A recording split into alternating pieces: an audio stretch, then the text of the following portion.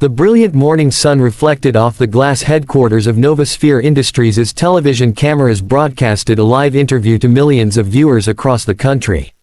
Employees gathered in the lobby, smiling proudly while the company's young CEO answered questions about leadership and success.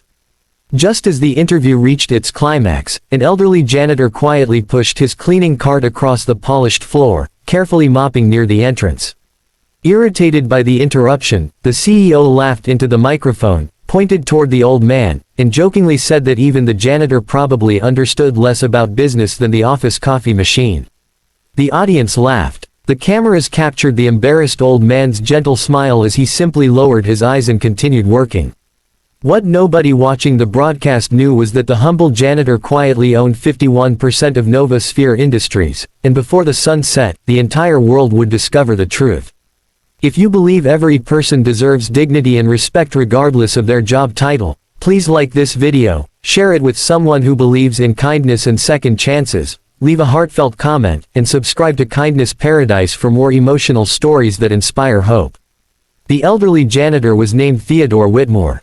Few people inside Novosphere knew anything about him except that he always arrived before sunrise, greeted everyone warmly, and left every evening after making sure the building looked spotless. He dressed simply, carried an old lunchbox every day, and never spoke about his personal life. To new employees, he appeared to be an ordinary maintenance worker approaching retirement.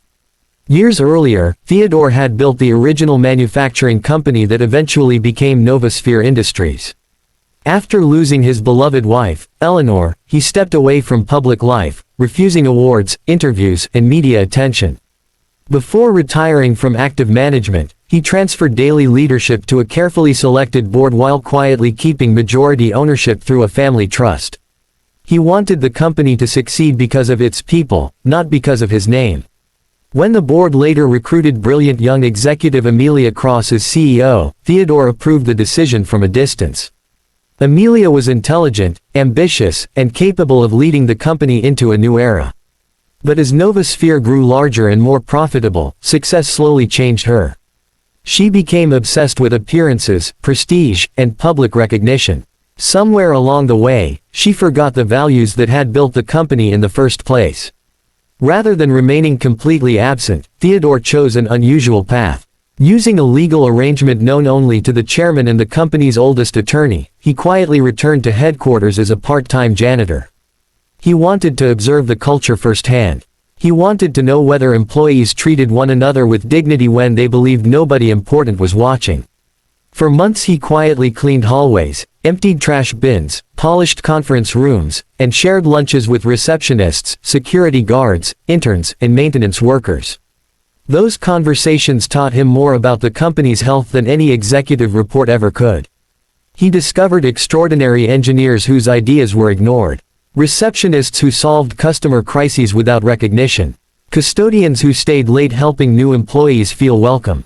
He also noticed something troubling. Some senior managers had begun treating lower-paid workers as though they were invisible. The live television interview became the final test. When Amelia publicly mocked him in front of millions of viewers, Theodore did not feel anger. He felt disappointment, not because she insulted him, but because every young employee watching had just learned the wrong lesson from their leader. The interview ended. Applause filled the lobby. Amelia smiled proudly, believing she had delivered another successful public appearance. Only minutes later, the chairman of the board approached her quietly and handed her a sealed envelope marked "Emergency Board Meeting. Attendance required immediately." Confused, Amelia walked upstairs with the executive team. She had no idea that inside the boardroom waited the one person whose signature alone could determine the future of her career. And when the quiet janitor entered the room, the boardroom fell completely silent as Theodore Whitmore slowly entered, still wearing the same blue janitor's uniform and carrying his worn cleaning gloves. Amelia Cross looked around in confusion. Every board member had stood up the moment the elderly janitor walked through the door. The chairman personally pulled out the seat at the head of the table and respectfully invited Theodore to sit down. Amelia stared in disbelief, convinced there had to be some misunderstanding. The chairman calmly broke the silence. He introduced Theodore not as the building's janitor, but as the founder of Novosphere Industries, the architect of the company's original vision, and the silent owner of 51% of its shares. The color immediately disappeared from Amelia's face. Her mind replayed the cruel joke she had made only minutes earlier on live television.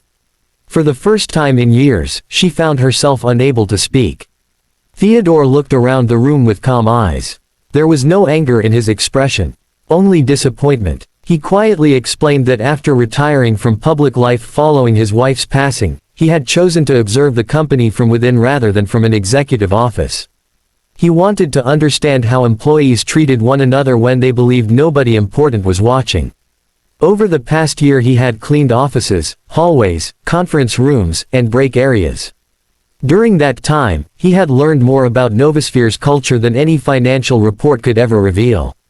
He praised receptionists who stayed late to comfort worried customers. He praised security guards who quietly helped lost visitors. He praised cafeteria workers who often paid for interns' lunches out of their own pockets. Then his voice became quieter. He spoke about talented employees who were ignored because of their job titles. He spoke about managers who valued appearances more than character. And finally, he spoke about the moment a CEO publicly humiliated an elderly janitor without taking a single moment to learn his name. No one in the room moved. Amelia slowly stood. Her confidence had completely disappeared. With tears filling her eyes, she admitted that success had slowly changed her. She confessed that she had become so focused on prestige and public image that she had forgotten the values the company was built upon. She apologized directly to Theodore and accepted full responsibility for embarrassing both him and the company before millions of viewers. Theodore listened quietly. He then surprised everyone. He announced that Amelia would not be dismissed. Several board members looked shocked. Instead, Theodore explained that leadership is not measured by never making mistakes. It is measured by whether someone has the courage to admit them, learn from them, and become better because of them. However, he made one important condition. Over the next 6 months, Amelia would spend one full day every week working alongside employees from every department. She would clean offices with the maintenance team, answer phones with receptionists, serve meals in the cafeteria, pack shipments in the warehouse, help customer service representatives solve real problems. Only after understanding every employee's contribution would she truly deserve to lead them. The board unanimously supported Theodore's decision. As news of the extraordinary meeting quietly spread throughout headquarters, employees who had once felt invisible finally believed their voices mattered.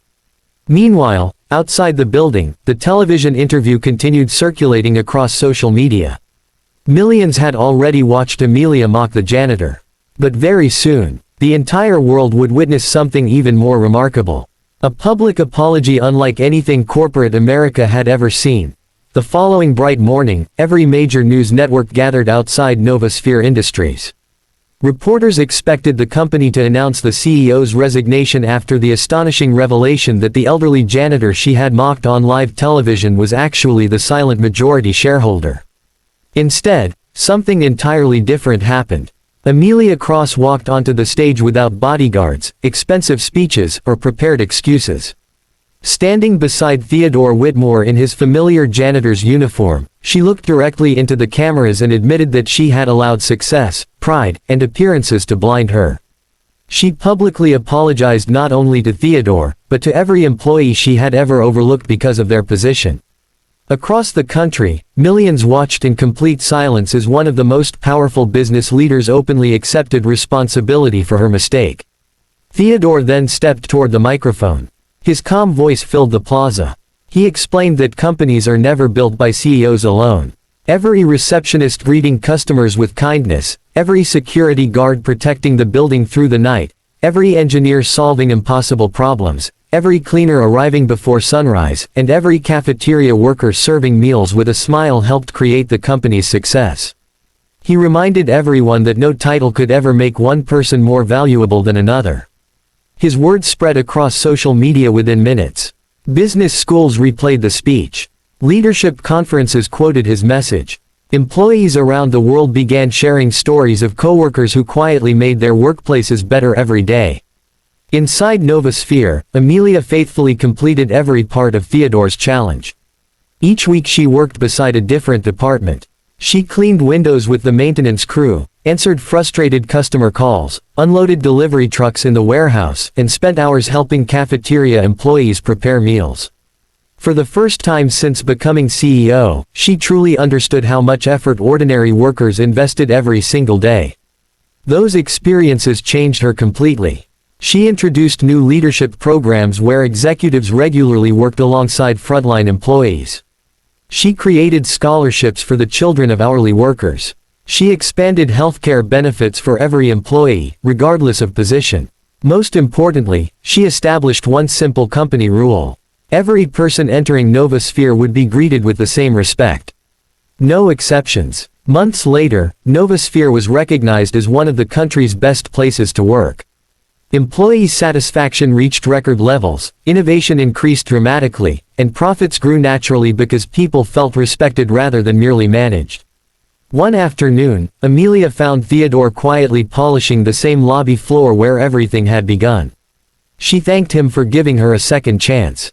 Theodore smiled gently. He explained that punishment can change behavior for a moment, but compassion can change a person's heart forever. Soon afterward, Theodore officially announced his retirement. Before leaving, he transferred much of his ownership into an employee trust so that every worker could share in the company's future success. The entire headquarters gathered to say goodbye.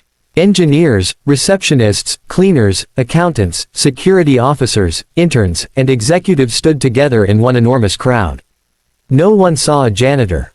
Everyone saw the man who had taught them the true meaning of leadership. If this story touched your heart, please like this video, share it with someone who believes respect should never depend on a person's job title. Leave your thoughts in the comments, and subscribe to Kindness Paradise for more emotional stories about humility, hope, and second chances. Special request. Comment: true leaders respect everyone.